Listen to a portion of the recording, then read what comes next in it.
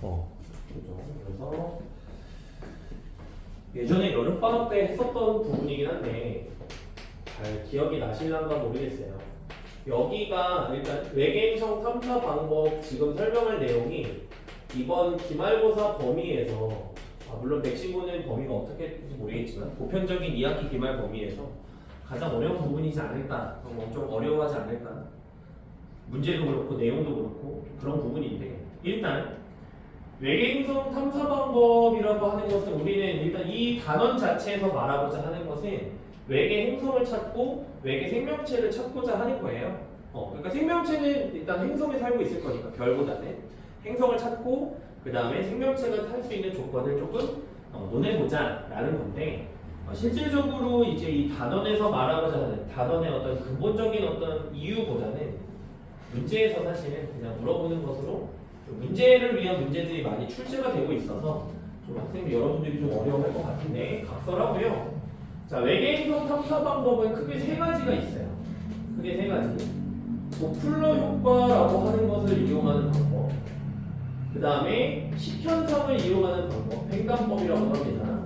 그 다음에 미세 중력 렌즈 현상이라고 하는 것을 이용하는 방법. 크게 세 가지가 있고 이 세 가지를 이용해서 문제 풀 때 도플러 효과하고 식현상이 조금 이제 문제가 좀 어려운 내용 자체가 좀 이해할 게 많은 그리고 미세 중력 렌즈는 사실상 내용이 거의 없는 그 정도로 일단 되는데요. 자, 이거 각설하고 본격적인 내용을 들어가기 앞서서 이 외계행성 탐사 방법을 이야기하기 위해서 우리가 좀 미리 알아야 되는 것들이 몇 가지가 있어요. 첫 번째로 이야기할 거는 먼저 시선 방향. 시선 방향이라고 하는 것과 그 다음에 시선 속도라고 하는 것을 먼저 좀 이야기를 해보고 싶은데 시선 방향이라고 하는 것은 무엇이냐? 아주 간단해요. 그냥 관측자가 바라보는 방향이 시선 방향이에요. 요거까지는 어렵지 않은 것 같습니다. 관측자가 바라보는 방향이 시선 방향이고 그때 어떠한 물체가 이동한다라고 가정했을 때 어떤 물체가 이동했을 때 그 물체의 운동 방향이 있겠죠? 그죠? 그 물체가 좀 내 시선 방향에 대해서 비스듬하게 운동을 할 때 우리는 비스듬한 운동 방향은 별로 궁금하지가 않아. 관측자 입장에서는 내가 바라보는 시선 방향에 대해서 이 노란색 물체가, 노란색 공이 어떻게 움직이는지가 궁금한 거예요. 그러니까 성분을 나눠서 우리는 결론이죠. 성분을 나누어서 이 노란색 공은 내 시선 방향에 대해서 빨간색 화살표 정도로 움직인다라고 이야기할 수 있을 거고 그때 움직이는 속도를 우리는 시선 속도라고 부르는 겁니다. 되셨죠? 그렇죠? 그냥 정말 쉽게 내 시선 방향으로 어떻게 움직이느냐, 어떤 속도로 움직이느냐 그게 시선 속도인 거예요. 혹시나 싶어서 한 번만 더 예시를 들자면 어떤 물체 시선 방향이 있을 때 그러니까 내가 바라보는 시선 방향이 있을 때 어떤 물체가 내 시선 방향에 대해서 현재 수직하게 움직이고 있다면 이것은 시선 속도가 0이라고 할 수 있겠죠. 그죠? 움직임이 나타나지 않겠죠. 자, 결론입니다. 시선 속도는 두 가지로 나눌 수 있는데 시선 속도가 양값이거나 음값 둘 중에 하나겠네요. 시선 속도가 양값인 것은 멀어질 때 양값으로 나타나고요. 그 다음에 내 시선 방향 관측자와 가까워질 때에는 시선 속도를 음값으로 표현하게 되는 거예요. 시선 속도가 양값이면 관측자와 멀어진다. 시선 속도가 음값이면 관측자와 가까워진다라고 하는 거 일단은 생각을 해주시면 되겠습니다. 자, 그 다음에 두 번째 조금 더 우리가 또 이것도 하나 관념적으로 조금 알아야 되는 게 뭐가 있냐면 내 시선 방향과 이제 연결된 건데 시선 방향과 그냥 어떤 면이 이루는 여기에서 저는 제목을 쓰다 보니까 그냥 면이라고 했지만 여러분들이 따져야 되는 면이라고 하는 거는 사실 뭐냐면 공전궤도면이에요. 공전궤도면은 무엇이냐? 외계 행성을 찾고자 하는 거야. 이 단어는 그러면은 어떤 별이 있을 때 그 별 주변을 돌고 있는 행성이 있을 거예요. 그죠? 그럼 그 행성이 공전할 때의 면, 그것을 공전궤도면이라고 하는데 우리는 관측자 입장에서 봤을 때 내 시선 방향과 공전궤도면이 어떠한 각을 이루고 있는지를 판단을 잘 해야 돼요. 결론은 나란하냐 비스듬하냐 수직하냐 셋 중에 하나입니다. 그죠? 그런데 우리가 좀 잘 생각을 해본다면 나란한 거는 찾는 게 어렵진 않아요. 나란한 거. 그죠? 그리고 비스듬하다는 건 뭐야? 나란과 수직의 사이인 거야. 그러니까 결론은 우리는 어떤 게 나란한 거고 어떤 게 수직한 건지만 찾는다면 비스듬한 거는 뭐 별건 아니라는 뜻인 거예요. 그림을 그리기 앞서서 그래도 한번 제가 책으로 다시 한 번 더 보여드리자면, 자, 내가 이 칠판 기준에 대해서 여러분들 방향에서 왼쪽을 바라보고 있을 때 시선 방향이 정 왼쪽일 때 이 책을 공전 궤도면이라고 가정한다면 내 시선 방향에 대해서 이 공전 궤도면 책이 이렇게 놓여져 있다면 그것은 나란한 거겠죠. 나쁘지 않죠? 내 시선 방향에 대해서 이것은 나란한 거야. 그리고 내 시선 방향에 대해서 공전 궤도면이 이렇게 돼 있다면 이것은 수직한 거예요. 여기까지는 아마 뭐 이견이 없을 거예요. 우리를 헷갈리게 하는 거는 얘가 이런 식으로 놓여져 있을 때를 학생들이 좀 많이 헷갈려 하는데, 책이 이렇게 있고 칠판과 나란하게 있고 내 시선 방향이 이렇게 있다면 이것은 그러면 나란한 거냐 수직한 거냐? 나란한 거다. 수직한 게 아니다. 이것에 대해서 이렇게 됐다고 수직한 게 아닌 거야. 자, 그림을 그려서 좀 말이 조금 애매한데 그림을 그려서 표현을 해본다면, 잘 보세요. 내 시선 방향이 있고 내가 바라봅니다. 그러면 공전 궤도면이 이렇게 놓여져 있으면은 이것은 나란하다. 자, 이견이 없을 거예요. 요거는. 그죠? 그 다음에 내 시선 방향에 대해서 이렇게 돼 있으면 이것도 나란한 거예요. 자, 내 시선 방향에 대해서 만약에 이런 식으로 놓여져 있다면 이것은 수직한 거예요. 지금 보조선이 없어서 조금 헷갈릴 수도 있는데, 자, 보조선을 그어본다면 요거죠? 됐어요? 보조선을 긋는다면 요건 거야. 보조선을 긋는다면 이렇게 되는 거야. 괜찮아요? 그쵸? 그러니까 내 시선 방향에 대해서 면이 나란하냐 수직하냐는 그 면의 선분, 그러니까 뭐라 그래? 이 어떤 공전 궤도면에 성분 직선이라고 할까요? 그것이 같이 포함되어 있다면 나란한 거예요. 두 성분 직선을 포함하지 않는다면 그것은 수직한 거예요. 비스듬은 뭐야? 나란과 수직의 사이가 비스듬한 거예요. 그러니까 다시 표현을 해보자면, 자, 이것은 나란한 거고 이것은 비스듬한 거예요. 이건 수직한 거고요. 하지만 이것은 나란한 거고 이것도 나란한 거고 이것도 나란한 거예요. 괜찮죠? 그죠? 그것을 잘 구분해서 생각할 수 있었으면 좋겠습니다. 그래서 시선 방향과 면이 이루는 각도, 공전 궤도면이 이루는 각도도 살짝 언급을 했어요. 자, 그 다음에 이제 세 번째로, 아직이죠? 도플러 효과. 이제 그러면은 세 번째로 이야기할 거는 도플러 효과라고 하는 것은 무엇이냐. 그것을 먼저 정의를 해야 되는데, 도플러 효과라고 하는 것은, 도플러 효과는 어떤 물체가 그냥 물체는 아니고요. 사실은 파원이에요. 파동의 어떤 근원이 되는 그 어떤 파원이 나로부터 관측자와의 거리가 변했을 때 나타나는 현상이에요. 좀 말이 어려운데 어차피 별인 거고 우리는 두 가지 경우만 생각하면 돼요. 첫 번째, 별이 나로부터 멀어질 때, 첫 번째는 멀어지는 경우가 있을 거고요. 그 다음에 두 번째는 나와 가까워질 때, 별과 관측자 사이의 거리가 가까워질 때 두 가지를 생각하는 거야.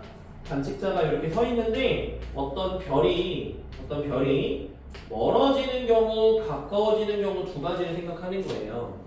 근데 별에서 나온 빛은 관측자와의 거리에 따라서 파장이 달라져요, 실제로. 그래서 멀어지는 경우는 파장이 이렇게 늘어나게 되고, 가까워지는 경우는 빛의 파장이 이렇게 짧아지게 되는 거예요.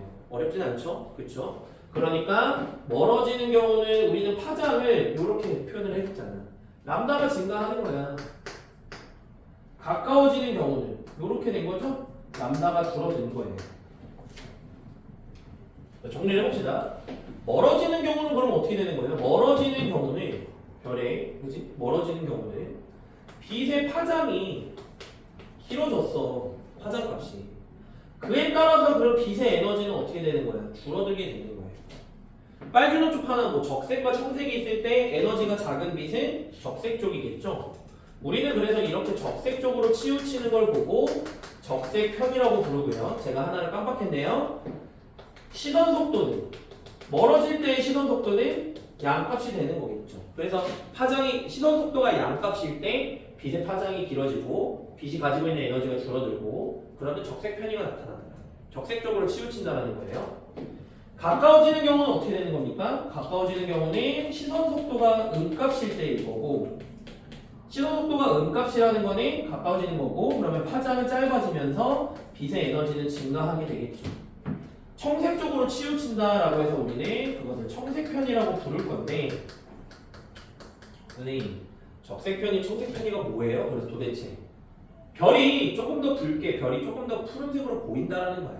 원래 색깔보다 더 붉게 원래 색깔보다 더 푸르게 보여야 되는데 문제는 우리 인간이 눈으로 볼 수 있는 육안으로 볼 수 있는 별들은 적색편이와 청색편이가 일어난다고 하더라도 인간이 구분할 수가 없어요. 그것을 그냥 똑같이 보여. 거의 똑같이. 대신에 기계적으로 조금 분석을 해본다면 이 별빛의 어떤 스펙트럼이 있을 때 별빛의 어떤 스펙트럼이 있을 때 기준 파장이 있겠죠? 기준이 되는 파장이 있을 겁니다. 내가 보고 싶은 흡수선의 파장이 있을 거야. 그것을 람다 제로라고 부른다면 파장이 있다면 오른쪽이 적색 방향이라고 했을 때 적색 편이는 흡수선이 어디에서? 적색 쪽에 치우쳐져서 나타나는 거예요. 원래 나타나야 되는 위치보다. 그 다음에 청색 편이는 똑같이 오른쪽을 적색이라고 한다면 청색 편이는 어디에서 나타나는 거야? 청색 쪽에 치우쳐서 나타나는 거예요. 원래 흡수선이 나타나야 되는 위치보다 적색 쪽과 청색 쪽으로 치우쳐지더라. 됐으니까 뭐 말 자체는 별건 아니죠. 도플러 효과를 그래서 공식으로 정리해 본다면 이렇게 돼요. V는 람다 제로분의 델타 람다 곱하기 C라고 하는 공식으로 도플러 효과를 정리해 볼 수 있는 거고요. V는 무엇이냐라고 했을 때 V는 시선 속도예요. 양값이냐 음값이냐를 우리가 구분할 가치가 없고 구분하지 않습니다. 둘 다 시선 속도고요. 그 다음에 람다 제로라고 하는 것은 기준 파장, 기준이 되는 파장. 델타 람다는 말 그대로 파장 변화량 혹은 적색 편이량이라고도 부르는데 됐고요. 그 다음에 C라고 하는 것은 광속인데 이제 우리는 여기서부터 광속이 3 곱하기 10의 5제곱km/s를 외우면 되겠습니다. 3 곱하기 10의 5제곱km/s야. 그냥 외우면 돼. 그치? 그리고 조금 더 나는 공부를 좀 제대로 하고 싶어요. 그러니까 빨간색 네모친 것을 적색편이라고 불러요. 빨간색 네모친 것은 적색편이고 기호는 보통 Z를 씁니다. 그래서 V는 ZC로 외워도 되고 V는 람다 제로분의 델타 람다 곱하기 C로 외우셔도 되고 선생님 청색편이가 일어나면 이름이 청색편이 그런 건 아니에요. 그냥 이름 자체가 적색편이에요. 이름 자체가. 그래서 도플러 효과라고 하는 것은 공식은 이렇게 쓰는데 이 공식을 우리는 그럼 또 분석할 수 있어야 되잖아. 별건 아니에요. 왜? V랑 델타 람다가 어떻다? 정비례한다. 됐습니까? 혹은 V와 Z 값이 정비례하다라고 보면 되는 거예요.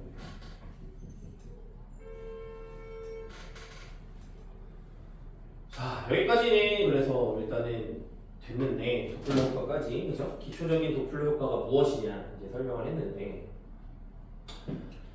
도플러 효과를 그럼 이제 이 얘기를 왜 하고 도플러 효과 갑자기 우리 왜 설명한 거야? 그 도플러 효과를 이용해서 외계 행성을 찾고자 하는 거예요. 그죠? 여기까지는 괜찮죠? 그럼 도플러 효과를 이용해서 외계 행성을 어떻게 찾느냐 그 설명을 해야 되는데 기본적인 어떤 우리가 상황을 먼저 좀 이해해야 되는 게 뭐냐면 자, 이거는 우리가 좀 구분해야 됩니다. 오른쪽에 하나 있을게. 도플러 효과를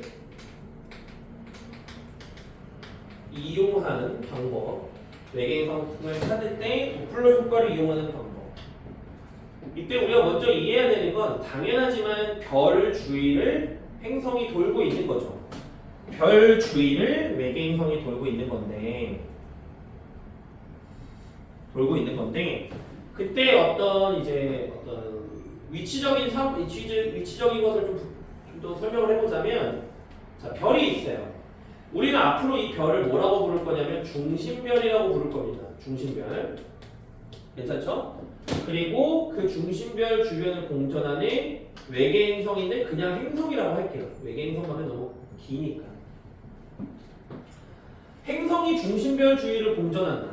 틀린 말이 아니에요. 대신에 행성이 그럼 중심별의 중앙을 기준으로 공전한다? 그것은 틀린 말이에요.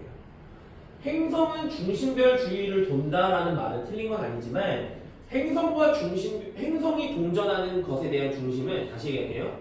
행성의 공전 중심은 중심별이 아니고요. 이 둘의 소위 무게 중심이에요. 우리는 그것을 여기에서 질량 중심이라고 표현해요. 둘의 어떤 질량의 중심이 되는 기준점이 있을 거야. 그 기준점을 우리는 다시 한번 더 공통질량 중심이라고 부르고 둘의 공통이 되는 질량 중심이에요. 행성은 누구를 기준으로 공전한다? 공통질량 중심을 기준으로 공전하는 거예요. 그때 행성의 공전을 따라서 중심별도 공전하게 돼요. 누구를? 공통질량 중심. 그치? 그러니까 우리가 놀랍지만 태양도 가만히 있는 게 아니에요. 태양도 공전을 한다는 거죠. 태양도 공전을 한다는 거야. 그런데 태양은 물론 공통질량 중심이 태양 내부에 있어서 태양이 실제로 공전한다기보다는 뭔가 그냥 떨리고 있는 것처럼 보이긴 하지만 우주적인 관점에서는 그것 자체도 그냥 그 떨림도 굉장히 크기 때문에 도플러 효과를 관측을 할 수 있다는 거예요. 정밀하게 본다면. 일단 내용은 조금 이제 우리가 좀 주의해야 되는 것, 기본적으로 알고 있어야 되는 걸 정리를 해본다면, 자, 행성과 중심별은 공통질량 중심을 기준으로 공전한다라고 할 때 머릿속으로는 이미지를 뭘 만들어 놓으면 좋냐면, 제가 여러 회도 이야기했던 거지만 시소를 생각하면 좋아요. 근데 우리가 생각하는 일반적인 시소가 아니고 널빤지가 위아래로 왔다 갔다 하지 않고 아주 평행한 상황이 놓여진다고 가정하는 거예요. 그리고 시소가 돌아가는 거예요. 위아래로 움직이는 거 아니지만 평행한 널빤지를 돌린다. 중심별과 행성의 공통질량 중심은 그 받침대다라고 가정했을 때, 자, 중심별과 우리는 이런 이야기를 할 수 있겠죠. 중심별과 행성은 반드시라는 말을 뺄게요. 그리고 행성은 공통질량 중심에 대해서 공통질량 중심의 어디에 위치해야 되는 거야? 이 둘은 서로 반드시 반대편에 위치해야 되는 거예요.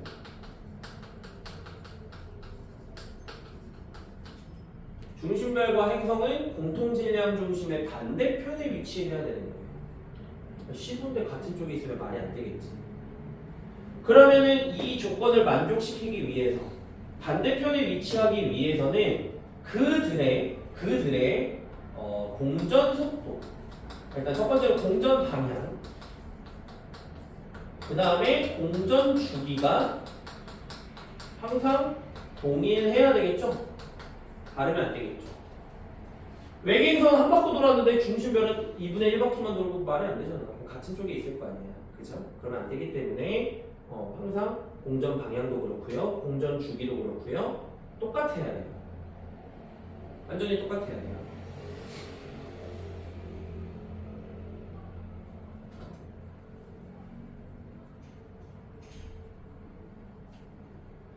그러면 이걸 가지고서 공전 주기가 똑같다라는 걸 통해서 우리는 이런 생각을 해볼 수 있죠. 공전 속도를 비교한다면 별과 행성 중에 누가 더 큰 거야? 행성이 더 큰 거예요. 더 먼 거리를 도니까. 아니, 당연하게 공통질량 중심이 중심별과 더 가까울 거 아니야. 행성이 더 가까울 수 없나요? 그게 어떻게 중심별이에요? 말이 안 되는 거지, 그렇지? 항상 중심별에 더 가까울 거고, 그렇기 때문에 공전 속도는 행성이 더 빠를 수밖에 없을 것이다.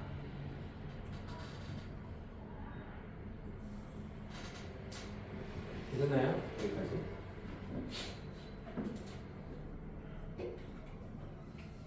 그래서 도플러 효과를 이용해서 이렇게 기본적인 내용은 이야기했고, 좀 부수적인 이야기를 잠깐만 조금 짚고 가봅시다. 어떤 걸 짚을 거냐면, 도플러 효과라고 하는 것의 본질적인 의미, 빛을 관측하는 거예요. 괜찮나요? 도플러 효과는 스펙트럼을 봐야 된다고 그랬지? 빛을 봐야 되는 거야. 그러면 이 도플러 효과를 관측하는 거는 중심별의 도플러 효과야? 행성의 도플러 효과인 거야? 중심별의 도플러 효과인 거예요. 행성은 빛을 방출하지 않아요. 행성은 중심별에서 반사된 빛을 나한테 보낼 뿐인 거야. 중심별은 빛을 그대로 방출하는 거야. 여기까지 괜찮나요? 그럼 우리는 한번 거꾸로 생각해 봅시다. 밤하늘을 봤을 때 물론 이 수도권 경기권에서는 애초에 별도 잘 안 보이지만 보인다고 가정하더라도 망원경으로 본다고 해도 별이 보이는 거지 별 주변의 행성들이 빛을 반짝반짝거리진 않아요. 괜찮죠? 행성을 우리는 직접적으로 관측하기가 매우 어려워요. 직접적으로 관측하는 방법이 아예 없는 건 아니에요. 적외선으로 보는 방법이 있지만 그거는 시험에 거의 안 나와요. 그건 이제 됐고 우리는 그러니까 외계 행성을 보기 위해서 간접적인 방법들을 자꾸 써야 돼.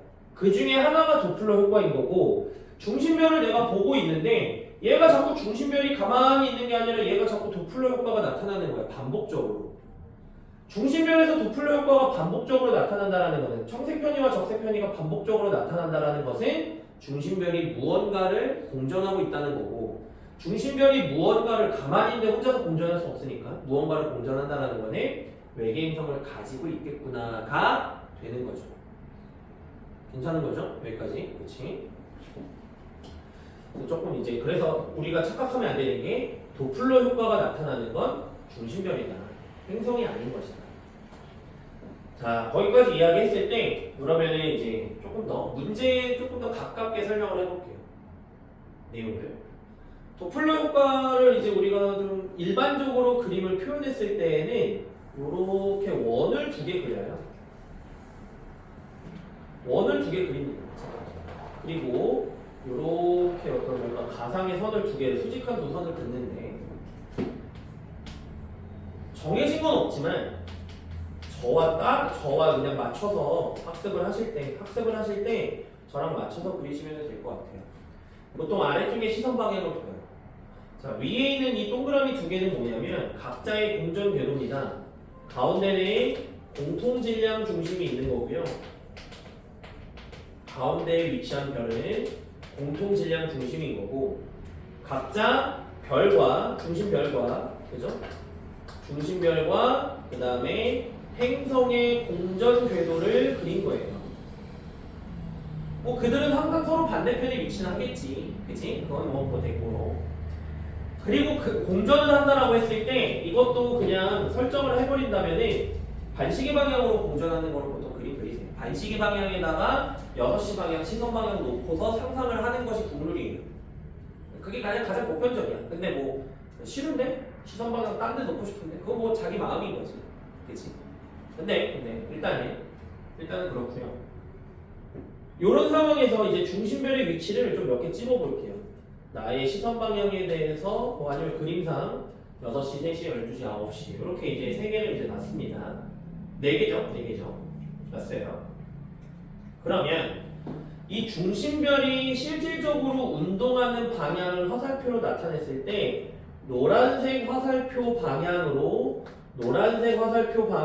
움직인다.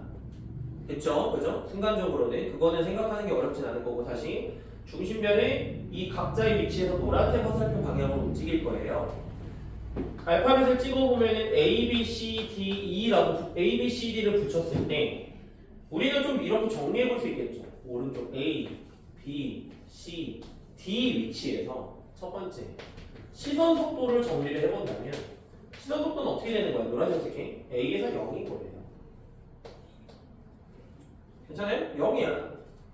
B에서는 얼마인지 모르겠지만 양값이야. C에서도 시선 속도는 0이고요. D에서도 얼마인지 모르겠지만 시선 속도는 음값이야 라고 표현할 수 있겠죠. 그에 따라서 D는 적색 편의가 나타나고 있을 거고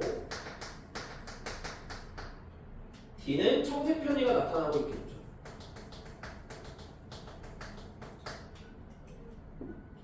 스펙트럼의 형태를 그려본다면 스펙트럼은 어떻게 나타나는 거냐? 잠시만요. 잠시만.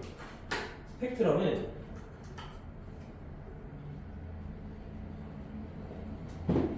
스펙트럼은 A의 스펙트럼, B의 스펙트럼, C,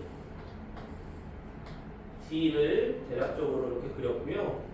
기준 파장을 가운데다 놨을 때 람다 제로를 그리고 오른쪽을 적색이라고 모았을 때 A 같은 경우에는 흡수선이 그냥 A 제로에 있는 거, 아니 람다 제로에 있는 거예요.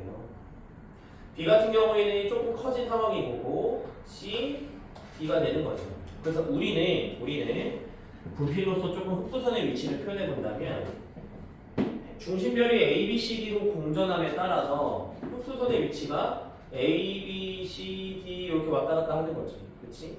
이렇게 왔다 갔다 하고 있는 거예요. A, B, C, D. 조금 더 나아가 볼까요? 조금 더 이런 얘기도 해볼 수 있습니다.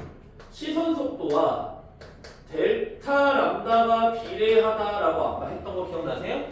도플러 효과 공식에서 시선 속도와 델타 람다는 정비례했어요. 괜찮아? 그죠? 그러니까 델타 람다는 A에서도 0인 거예요. 아, 그잖아. 0이잖아. B에서는, 그치? 최대값인 거죠. 양값으로 최대값. 이만큼 변했을 때. C에서도 0인 거고, D에서도 델타 람다는 최대값이에요. 죄송해요. 최소값이죠. 괜찮습니까? 음값이니까 최소값인 거지. 그치? 그러면 이게 근데 이제 제가 잠깐 딴 얘기인데 여기 앉아 계시는 세 분은 다 여름 때도 했고 해서 그런지 좀 빨리빨리 하고 있는데 영상 지금 보고 계신 분은 잘 따라오고 계시겠죠? 그렇죠? 뭐 아마도 잘 따라오고 계실 거예요. 조금 좀 더 빠르게 해볼게. 델타 람다가 0 최대값, 0 최소값 그러면 우리는 정리할 수 있는 거예요. 어떤 걸 정리할 수 있느냐? 한 이쯤에다가 쓰겠습니다. 정리할 거는 뭐냐면 내 시선 방향에 대해서 잘 생각해 보세요. 내 시선 방향에 대해서 나란한 지점이 있어요. 두 지점. 괜찮아요? 수직한 지점이 있어요. 두 지점. 내 시선 방향에 대해서 나란한 지점. 그러니까 시선 방향에 있는 지점 A와 C 괜찮아요? 왼쪽에서 A와 C. 내 시선 방향의 수직한 지점, 완벽하게 수직한 지점 B와 D가 있죠? 그러니까 엄밀히 말하면 엄한데도 수직한 지점이긴 하지만 내 시선 방향과 공통질량 중심을 기준으로 나란하냐 수직하냐 그냥 그것을 이야기했을 때 나란한 지점에서는 그러면은 뭐 얘기하고 싶은 거야? 델타 람다가 0이에요. 그러니까 그걸 기억하라고. 뭐 여기다 쓴 거지만 아까 썼던 거지만, 그치?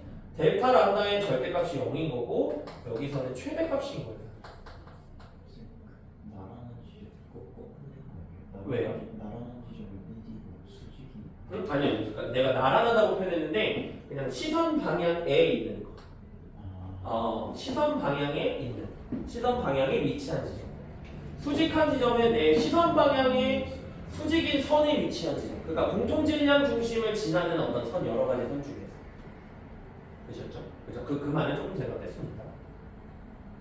최대값인 거죠.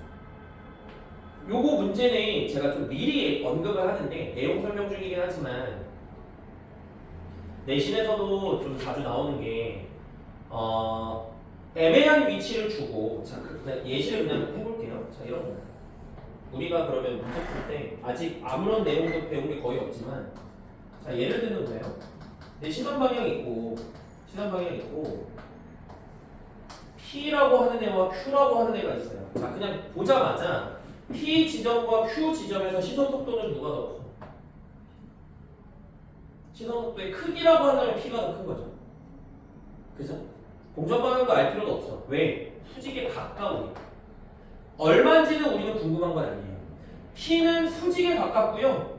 수직인 지점이라고 하겠습니다. 수직인 지점에 가깝고요. Q는 나란한 지점에 가까워요. 그럼 P는 최대값에 가까운 거예요. 그러니까 시선 속도의 크기가, 그치? 크기가 최대값에 가까운 거고, 뭐 여기에서 내가 지금 공전 방향도 주지 않았기 때문에, 그죠? 뭐 척색편인지 적색편인지는 알 게 아니니까 대신 Q는 거의 0에 가까운 거예요. 그래서 어떤 두 지점을 줬을 때 막 문제에서는 뭐 각도를 따지게 하고 그런 거 필요 없어. 수직이냐 나란한 지점이냐, 수직에 가깝냐 나란한 지점에 가깝냐 그것만 보고 이 델타 람다의 절대값을 판단하시면 됩니다. 그런 이야기 하나 했고요. 아니고 그다음에 하나 더. 그다음에 자 가상에서 그러니까 지점을 하나 더 집어봅시다. 2라고 하는 지점. 2라고 하는 지점도 애매하지만 표현할 가치는 있어요. 2라고 하는 지점은 어떻게 되는 거야? 시선 속도가 음값이야. 그래서 청색 편의가 나타날 거야. 델타 람다는 우리가 표현할 수가 없어요. 최대도 최소도 아닙니다. 애매한 위치겠죠. 그걸 구하는 공식은 조금 이따가 하고요. 스펙트럼 선을 표현했을 때는 대신에 애매하겠죠. 됐습니까? 어떤 중간 지점. 그러니까 최대인 지점보다는 0에 가깝겠지. 그치? 그것이 연속적으로 아까 얘기했던 것처럼 A, B, C, D, A, B, C, D를 돌면서 흡수선이 이렇게 왔다 갔다 하고 있는 것을 머릿속으로 잘 상상해 보실 수 있을 것 같아요. 이 정도는. 그래서 도플러 효과를 이용해서 이렇게 시선 속도를, 그러니까 도플러 효과를 이용해서 사실은 교과 내용은 외계 행성을 어떻게 찾을 거냐. 근데 문제는 그 도플러 효과를 이용해서 중심별에서 나타나는 특징들을 문제로 내고 있다. 어쩔 수가 없습니다, 이거는. 낼 게 없어, 아무런.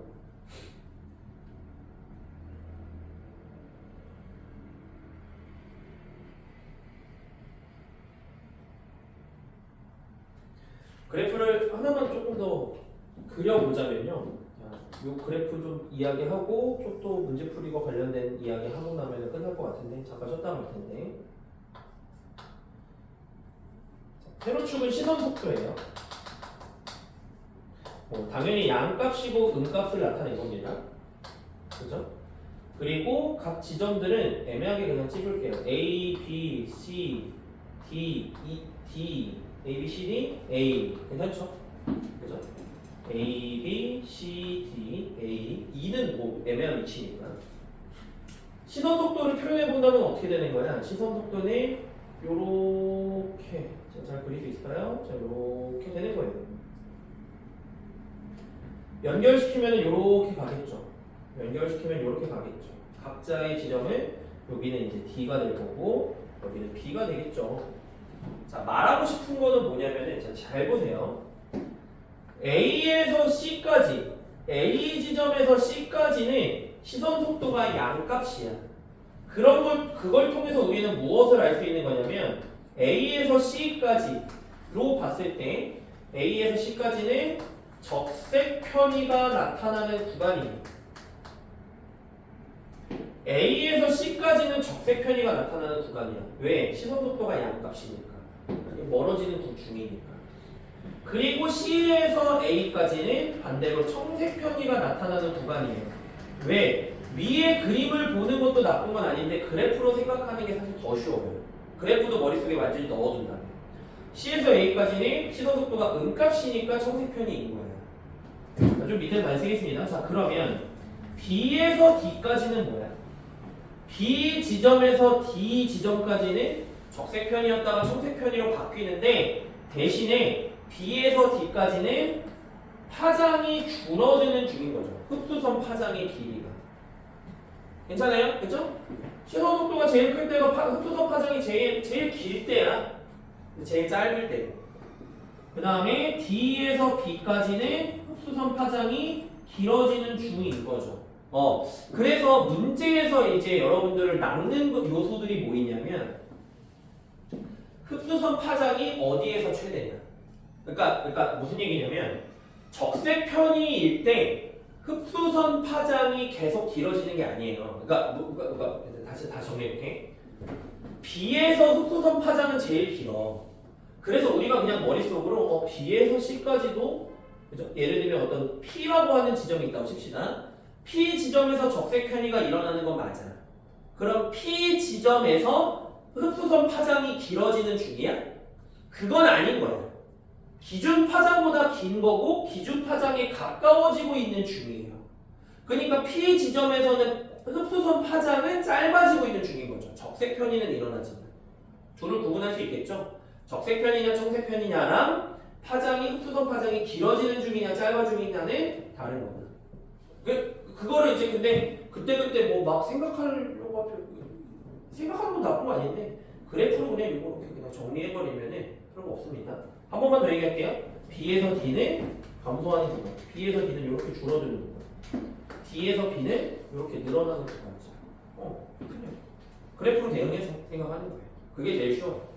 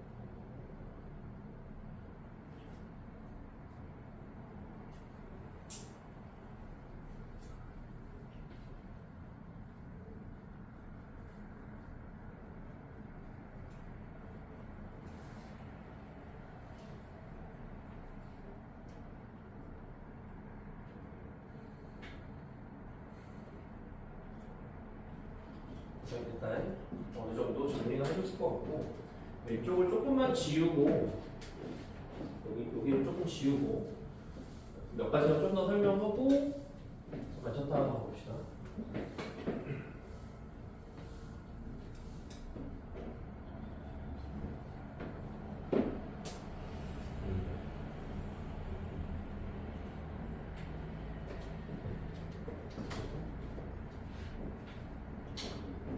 두 번째로 이야기할 거는 도플러 효과의 어떤 특징? 하나 더 내가 깜빡했어. 문제 푸는데 죄송해요. 이거는 그냥 말로만 하면 되는데 자 그럼 이제 질문을 하는 거예요. 예를 들어서 아주 얍실한 낚시, 뭐 별것도 아닌 낚시지만 이 그림을 이용했을 때 중심별이 B에 위치할 때 행성은 당연히 요 B 프라임 여기에 대응되겠죠? 그러면서 이렇게 움직이겠죠? 괜찮죠? 중심별이 B에 위치할 때 그러니까 어떤 관측자와 행성 사이의 거리는 가까워진다. 맞습니까? 중심별이 B에 위치할 때 관측자와 행성 사이의 거리는 가까워진다. 그거는 맞는 거예요. 가까워지는 중이다는 맞는 거예요. 그럼 다시 한번 더. 중심별이 B에 위치할 때 행성에서는 청색편이가 나타난다. 행성에서 청색편이를 관측할 수 있다. 그건 틀린 거야. 왜? 행성에서 어떻게 도플러 효과를 봐? 말이 안 되는 거야. 가까워진다랑 그러니까 청색편이가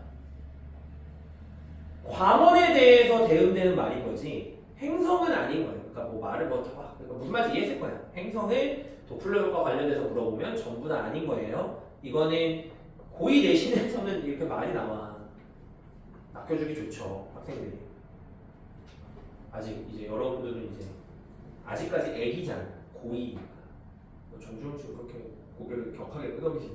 그렇게 생각하고 있었어요? 맞아요. 고2면 애기지 뭐. 아직 고3 언제 어른이 되는 거냐? 어른의 어떤 가까워지냐면 고3 6월 모의고사를 보고 나서 이 냉혹한 현실을 조금 깨달아요. 고3 6월 모의고사가 왜 냉혹하냐면 이제 재수생도 같이 보잖아요. 그때 이제 학생들이 이제 조금 두 갈래로 나뉘어요. 좀 진짜 각 잡고 그때부터 진짜 하시는 분들도 있고 아니면 뭔가 좀 멘탈이 좀 터지는 분도 있고 뭐 그게 얼마나 지속되냐는 사람마다 다르니까 좀 아직 여러분들 애기죠, 그렇죠? 애기고 이제 제가 그러니까 학생 때는 대신에 적이 없었어요. 고3 6월 모의고사, 9월 모의고사가 있었지만 재수생들이 합류한다고 해서 문제 수준이 그렇게 높지가 않아서 막 엄청나게 막 좀 현역하고 차이가 있고 이러진 않았는데 저는 이제 제 세대 때는 저 공부학번인데 제 세대 때는 이제 어른이 되는 시기가 대학교 OT 가서 술을 졸래 먹여요. 뭐 술을 구두에 넣어서 막 먹이고 막 섞어서 먹이고 막 실제로 공대다 보니까 이제 뭐 선배 신발을 벗어서 거기다가 술을 타가지고 돌려 마시고 시작 왜 하는 거야 그때까지. 그쵸? 역겹지만 그런 거 하고 그 다음에 일부러 토 안 하면은 그러니까 그 신입생이 토 안 하면은 토 할 때까지 매기고 그때 이제 어른으로 거듭나는 거였죠. 근데 지금보다 요즘이 나은 것 같아. 그런 면에서 그렇게 어른이 되는 게. 좀 딱 얘기했고요. 자, 그다음에 특징은 뭐 얘기할 거냐면은 이런 이야기 할 거예요. 그 첫 번째 시선 방향과 도플러 효과를 통해서 중심별을 관측하고자 할 때 시선 방향과 공전 궤도면이 나란할수록 유리해요. 나란할수록 유리하다? 유리하다라는 단어는 도대체 뭐 얘기하는 거냐? 델타 람다가 크게 나타난다는 거죠. 그러니까 거꾸로 만약에 이 얘기 하고 싶은 거야. 시선 방향하고 과학 공전 궤도면이 수직하다면 델타 람다가 0이야. 이렇게만 써도 이해되시죠? 일단 잘 생각해봐. 공전 궤도면이 수직하다는 건 뭐야? 얘 이렇게 서 있어서 여기서 보는 거잖아. 그럼 나한테 가까워지고 멀어지는 현상이 나타나지가 않잖아요. 그럼 볼 수가 없는 거예요. 그러니까 나란할수록 저기 델타 람다 값이 커질 거고 이제 나란할 때 최대값이겠죠. 델타 람다. 그 다음에 이제 두 번째 중심별과 요거는 제가 막 엄청나게 강조하진 않겠습니다. 중심별과 공통질량 중심 사이의 거리가 멀수록 유리해요. 이거는 아까 얘기했던 거랑 같은데 중심별과 공통질량 중심 사이의 거리가 멀어지면 중심별이 공전할 때의 거리가 더 길어져요. 그림으로 표현해볼까요? 자, 중심별이 있어. 그리고 원래 공통질량 중심이 여기였는데 위치가 멀어진 거야. 이유는 불문하고. 그러면 원래대로 4분의 1바퀴를 도는 궤도가 요랬다면 그 다음에 4분의 1바퀴를 도는 궤도가 이렇게 변하겠죠. 어차피 4분의 1바퀴를 도는데 걸리는 시간은 똑같아. 4분의 1 주기니까. 주기는 변하지 않는데 더 먼 거리를 이동한다면 공전 속도가 증가하는 거니까 시선 속도의 변화량도 당연히 커질 수밖에 없는 거고, 그렇죠? 그렇다면 더 유리하다라고 볼 수 있겠습니다.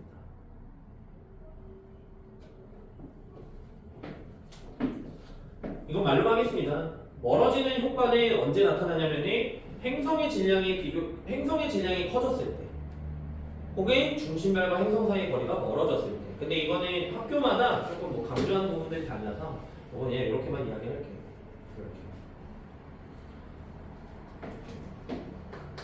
자, 마지막으로 좀 이제 이야기하면 끝내면 될 것 같은데 뭐냐면 저거야. 먼저 그냥 공식을 쓰겠습니다. V 프라임은 V 코사인 세타. 자, 이거 뭐 얘기하고 싶은 거냐? 중심별의 궤도가 있고, 그 다음에 가상의 선, 시선 방향 있을 때, 자, 예를 들면 애매한 위치가 있는 거예요. A라고 하겠습니다. 그때 이 녀석의 시선 속도는 도대체 얼마일 것이냐를 만약에 물어본다면, 먼저 우리가 요것도 생각해 볼 수 있을까요?